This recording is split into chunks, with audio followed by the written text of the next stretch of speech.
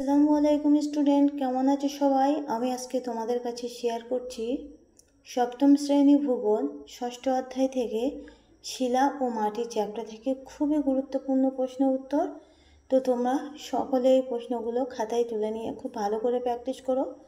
এটা আল আমিন mission new অ্যাডমিশনের জন্য 2026-এ খুবই কমন প্রশ্ন। আর যারা সেকেন্ড টার্ম পরীক্ষা দিচ্ছ তাদেরকেও বলছি, খুবই ইম্পর্টেন্ট কোশ্চেন এখানে। তো চলো শুরু করা যাক। 1 নম্বর কোশ্চেন হচ্ছে, কোন জলবায়ু অঞ্চলের মাটির গভীরতা বেশি হয়? উত্তর হচ্ছে উষ্ণ ও আর্দ্র জলবায়ু অঞ্চলের মাটির গভীরতা বেশি হয়। 2 নম্বর কোশ্চেন হচ্ছে, মাটির সৃষ্টির প্রাথমিক অবস্থাকে কি বলা হয়? উত্তর হচ্ছে রেগোলিথ। খুবই সহজ ও খুবই কমন প্রশ্ন, একবার করে দেখলেই মুখস্থ হয়ে যাবে। তো চলো এবার দেখে নেওয়া যাক 3 নম্বর কোশ্চেন, মাটির সৃষ্টিতে কোন কোন প্রাণীর ভূমিকা বেশি? উত্তর হচ্ছে ইঁদুর, উই, কেঁচো, পিঁপড়ে। 4 নম্বর কোশ্চেন হচ্ছে, কোন শিলায় খনিজ তেল থাকে? উত্তর হচ্ছে পাললিক শিলায়। তোমরা এই কোশ্চেনগুলো খুবই ভালো করে প্র্যাকটিস করবে, অবশ্যই কমেন্ট চলে আসবে ইনশাল্লাহ। 5 নম্বর কোশ্চেন হচ্ছে, কাদা পাথর কোন শিলায় রূপান্তরিত হয়? উত্তর হচ্ছে পাললিক শিলা বা স্লেট পাথরে। 6 নম্বর কোশ্চেন হচ্ছে, কোন মাটির জলধারণ ক্ষমতা বেশি? উত্তর হচ্ছে এঁটেল মাটি। এবারে চলে আসবো 7 নম্বর কোশ্চেন। তার আগে বলি,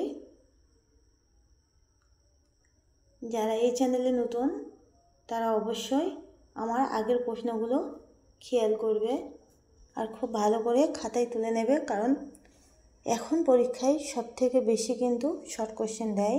আর এই শর্ট কোশ্চেন যদি আমি প্রত্যেকটা সাবজেক্টে খুব ভালো করে করি তাহলে খুব সহজেই, আর অবশ্যই 5 নাম্বারটা খুব সহজেই উঠে আসবে।